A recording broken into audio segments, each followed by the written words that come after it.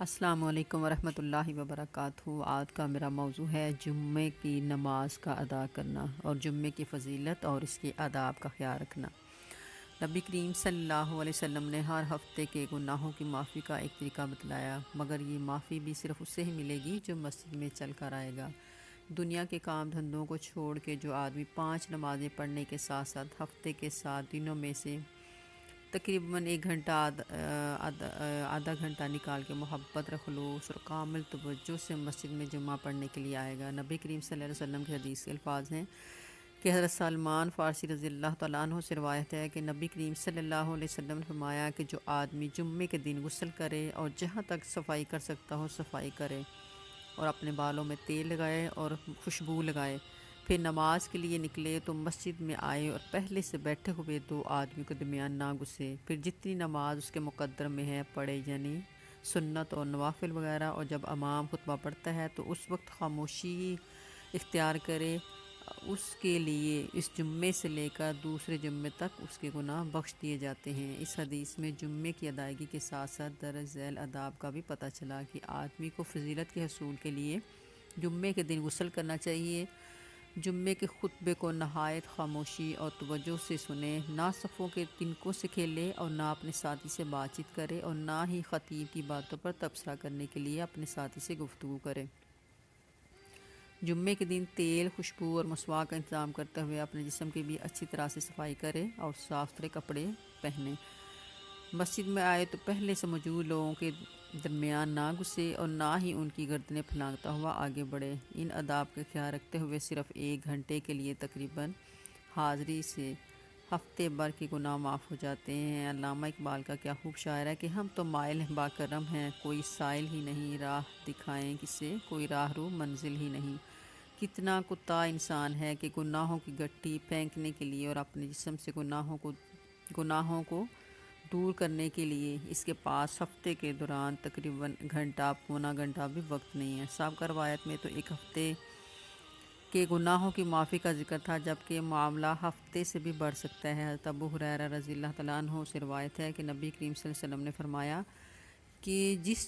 کسی نے اچھے طریقے سے وضو کیا، پھر نماز جمعہ کے لیے آیا اور توجہ اور خاموشی سے خطبہ سنا تو اس جمعے سے لے کر اگلے جمعے تک اس کے سارے گناہ معاف ہو گئے۔ مزید یہ کہ 3 دن کے اور گناہ معاف ہو گئے، اور جو کنکریوں سے کھیلا اس نے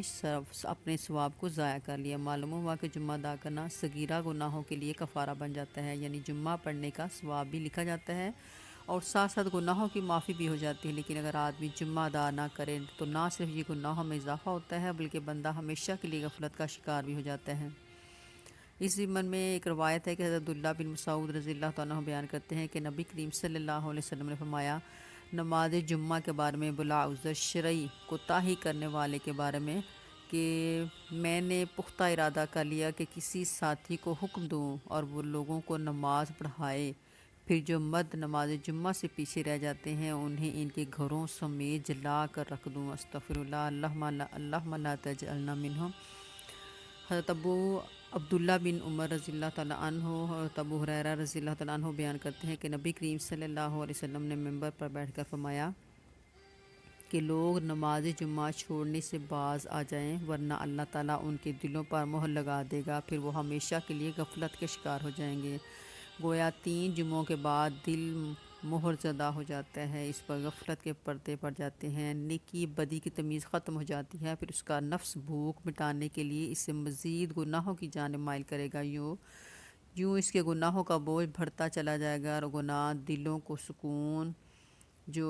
اس کا جو دلوں کا سکون ہے وہ چھین لیتے ہیں، بے برکتی کو جنم دیتے ہیں اور نیکی کی قوت کو توڑ پھوڑ دیتے ہیں۔ اس سے معلوم ہوا کہ جمعہ ادا کرنے سے گناہ معاف ہوتے ہیں اور نیکیوں میں اضافہ ہوتا ہے، اور جمعہ چھوڑنے پر گناہ بھی بڑھتے ہیں اور سزا بھی ملتی ہے۔ اس کے علاوہ سورۃ کہف کی فضیلت کے جو جمعے والے دن سورۃ کہف پڑھے گا اس سورۃ کریمہ کی حدیثوں میں بہت فضیلت بیان کی گئی ہے کہ نبی کریم صلی اللہ علیہ وسلم نے فرمایا کہ سورہ کہف کی فضیلت کے بارے میں کہ جو اس کو جمعے کے دن پڑھے گا اس جمعے سے دوسرے جمعے تک اس کے لیے روشنی ہوگی، اور جو اس کے شروع کی 10 آیتیں پڑھے گا وہ دجال کے فتنے سے محفوظ رہے گا۔ اسی طرح اگر آخری 10 آیتیں پڑھنے سے دجال کا تسلط نہیں ہوگا، غرض اس کے پڑھنے سے دجال کے فتنے اور دیگر بری آفتوں سے محفوظ رہے گا۔ اس لیے جب کوشش کریں جمعہ پڑھیں اور جمعے والے دن سورہ کہف کی بھی ضرور تلاوت کریں۔ اللہ تعالیٰ ہمیں ان فضیلتوں اور ان کی سنتوں پہ عمل کرنے کی توفیق عطا فرمائے، اور جمعے کی فضیلتوں سے لطف اندوز ہونے کی ہمت عطا فرمائے۔ آمین ثم آمین۔ صدقہ جاریہ کے نیت سے شیئر کیجیے گا۔ السلام علیکم ورحمۃ اللہ وبرکاتہ۔